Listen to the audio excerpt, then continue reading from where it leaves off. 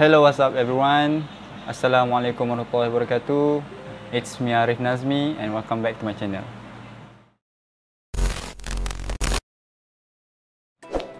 Alright guys, sedar tak sedar kita dah sampai ke malam ke-17 Ramadan. And semua orang dah tahu malam ni merupakan malam apa?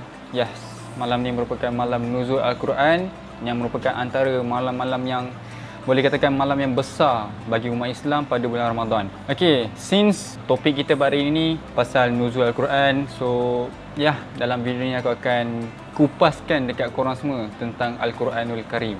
Allah SWT menurunkan Al-Quran sebagai satu mukjizat yang terbesar, sebagai tanda, boleh katakan sebagai bukti kerasulan Nabi Muhammad SAW dan kewujudan Allah SWT serta sifat-sifat kesempurnaan dia. So boleh dikatakan dengan membaca Al-Quranul Karim dengan penuh penghayatan serta kita amalkan segala apa yang terkandung dalam Al-Quran, ia merupakan satu ibadah sunnah. And yes, kita tahu pahalanya sangat besar. Al-Quranul Karim dinukilkan kepada kita semua secara mutawatir, pasti dan qat'i. Serta mushaf yang ditulis tu kita lebih dikenali sebagai mushaf Uthmani. Okey, kita terus pergi ke topik utama kita, iaitu nuzul Al-Quran. Nuzul Al-Quran ni sebenarnya ialah satu malam yang dia katakan ada peristiwa yang sangat-sangat agung dan sangat-sangat istimewa bagi seluruh umat Islam, di mana malam itu dipanggil ataupun diertikan sebagai malam turunnya Al-Quranul Karim, ataupun senang kita sebut nuzul Al-Quran lah, yang berlaku pada 24 Ramadan pada zaman Rasulullah SAW. Allah juga menyebut malam nuzul Al-Quran ini sebagai malam yang sangat diberkati ataupun Lailatin Mubarakah. Okey, untuk menguatkan lagi statement kita yang tadi tu, terdapat 3 firman Allah SWT yang boleh dikaitkan dengan malam nuzul Al-Quran ini. Okey, yang pertama, sesungguhnya kami telah menurunkan Al-Quran itu pada malam yang berkat. Surah Ad-Dukhan ayat 3. Okey, firman yang kedua bermaksud sesungguhnya kami telah menurunkan Al-Quran pada malam Lailatul Qadar. Surah Al-Qadr ayat 1. And firman Allah SWT yang ketiga bermaksud Ramadan yang padanya diturunkan Al-Quran menjadi petunjuk bagi sekalian manusia dan menjadi keterangan yang menjelaskan petunjuk dan menjelaskan perbezaan antara yang benar dan yang salah. Surah Al-Baqarah ayat 185. Okey, daripada ketiga-tiga firman Allah SWT ni, dia menunjukkan yang bahawa penurunan Al-Quranul Karim ni berlaku pada bulan Ramadan dan secara khususnya berlaku pada malam Lailatul Qadar sebagai anugerah Allah SWT kepada mereka yang menghidupkan malam-malam di bulan Ramadan. So, kita semua tak tahu bila exact waktu malam Lailatul Qadar itu, tapi apa yang kita diajar oleh para ulama, malam Lailatul Qadar ni berlaku pada antara 10 malam terakhir, and dikuatkan lagi ia berlaku pada malam-malam ganjil pada 10 malam terakhir. So, my advice lah kan, daripada kita just cari pada malam-malam ganjil, why not kita tingkatkan lagi amalan kita pada 10 malam terakhir pada bulan Ramadan. Okey, kita pergi kepada pengertian nuzul Al-Quran. Nuzul Al-Quran ni bermaksud penurunan Al-Quran yang daripada Allah SWT kepada nabinya yang terakhir, iaitu Rasulullah SAW. Perkataan nuzul tu sendiri dia ada dalam Al-Quran. Allah sebut dalam Al-Quran lebih kurang 290 kali, and salah satunya ada dalam surah Al-Baqarah ayat 22 dan surah Ali Imran ayat 3. Okey, apa tu nuzul? Nuzul ni maksud dia turun ataupun berpindah, atau erti kata lain berpindah ataupun turun daripada satu tempat yang tinggi. Al-Quran pula bermaksud satu himpunan bacaan, and kita semua tahu Al-Quran ni ialah satu himpunan bacaan yang meliputi segalanya, such as tauhid, ibadah, jinayat, muamalat, munakahat, sains, teknologi, and banyak lagi sebenarnya kalau kita nak ungkapkan satu persatu. And kelebihan Al-Quran ni ialah tak ada satu perkara pun ataupun sekecil perkara pun yang tertinggal tau daripada Al-Quran ni. So boleh katakan Al-Quran ni ialah satu kitab yang sangat lengkap yang boleh dijadikan panduan. Bukan boleh lah, yang memang dijadikan panduan oleh seluruh umat Islam. Even ada certain scientist daripada barat pun, scientist yang bukan Islam lah, yang non-Muslim, dia buat kajian selama dalam, maybe contoh, sebagai contoh, aku bagi contoh, ada satu scientist ni, dia menemukan sesuatu perkara, macam invention lah, macam satu discovery pada tahun sekitar tahun 1500, 1600, tapi benda tu dah ada dalam Al-Quran sewaktu zaman Rasulullah lagi. Maknanya pada zaman Nabi benda tu dah tertulis dalam Al-Quran. Allah dah sebut dalam Al-Quran pada zaman Rasulullah SAW. Firman Allah SWT dalam surah Al-An'am ayat 38. Okey, kita bagi maksud je lah. Dan tidak ada seekor pun binatang yang melata di muka bumi, dan tidak ada seekor pun burung yang terbang dengan kedua sayapnya, melainkan mereka merupakan umat-umat seperti kamu. Tiada kami tinggalkan sesuatu pun daripada kitab Al-Quran ini, kemudian mereka semua akan dihimpunkan di hadapan Tuhan mereka, yakni untuk dihisap dan diberi pembalasan. Alright, Al-Quran ini merupakan hidayah, rahmat, nur, syifa, furqan dan pemberi penjelasan bagi seluruh umat manusia. And kita semua tahu segala isi yang ada dalam Al-Quran itu semuanya benar, and tak ada satu pun yang merupakan sebagai dusta, atau katakan tak ada satu pun kata-kata dalam Al-Quran itu bohong semata-mata. Al-Quran dikenali sebagai An-Nur, yakni memberi cahaya ataupun menerangkan jalan kepada umat manusia. Al-Furqan, yakni membezakan perkara yang hak dan batil. And Adz-Dzikr, yakni memberi peringatan. Okey, kita pergi kepada peringkat penurunan Al-Quranul Karim. Para ulama zaman dulu, diorang berpendapat yang Al-Quran diturunkan dengan dua cara. First is diturunkan secara sekaligus, and second diturunkan secara berperingkat. And majoriti ulama bersetuju dengan pendapat yang menyatakan Al-Quran diturunkan secara berperingkat. Okey, untuk yang secara berperingkat, dia ada 3 peringkat. Peringkat yang pertama, Al-Quran diturunkan daripada Allah SWT ke Lauh Mahfuz. Kedua, Al-Quran diturunkan daripada Lauh Mahfuz ke Baitul Izzah, iaitu di langit dunia. And yang ketiga, barulah Al-Quran diturunkan kepada Rasulullah SAW melalui Malaikat Jibril selama 20 tahun.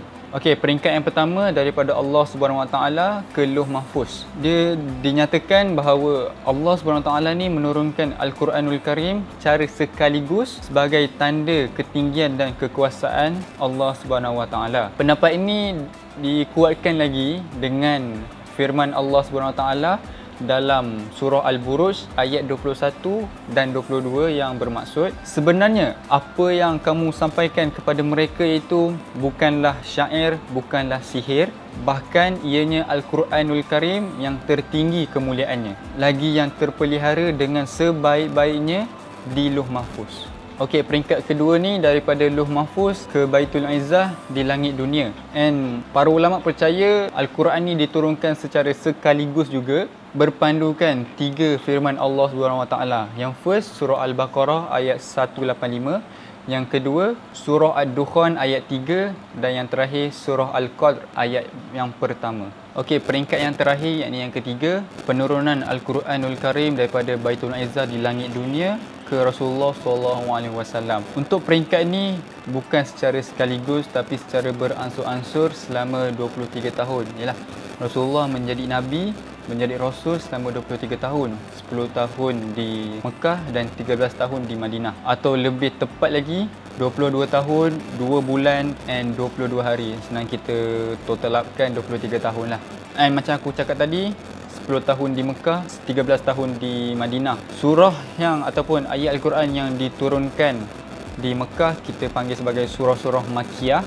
And selepas hijrah, Rasulullah tinggal di Madinah. And ayat Al-Quran atau surah yang diturunkan kepada Rasulullah pada ketika itu kita panggil sebagai surah-surah Madaniyah. Sabda Rasulullah SAW yang bermaksud Al-Quran diturunkan secara sekaligus daripada Allah SWT ke langit dunia, kemudian ia diturunkan secara beransur-ansur. Hadis riwayat Ibnu Abbas. Okey, apa yang aku boleh dapatkan ialah ayat yang first diturunkan dan ayat yang terakhir diturunkan kepada Rasulullah SAW. Ayat yang pertama ialah surah Al-Alaq ayat pertama hingga kelima. And surah ataupun ayat yang terakhir ialah surah Al-Baqarah ayat 278 hingga 281 yang menceritakan tentang riba. Okey, kita pergi kepada cara-cara Al-Quran ni diturunkan ataupun diwahyukan kepada Rasulullah SAW. Ada 5 cara. Yang first, melalui mimpi baginda SAW. Yang kedua, malaikat menampakkan dirinya kepada Rasulullah SAW menyerupai seorang lelaki. Yang ketiga, Al-Quran diturunkan ataupun diwahyukan seperti gemercingnya loceng. Ada yang riwayat mengatakan untuk yang poin yang ketiga ni, Rasulullah menerima wahyu, waktu itu kening Rasulullah berasa peluh. Even pada ketika itu suasana sekitar Rasulullah berasa sangat sejuk ataupun sangat dingin lah.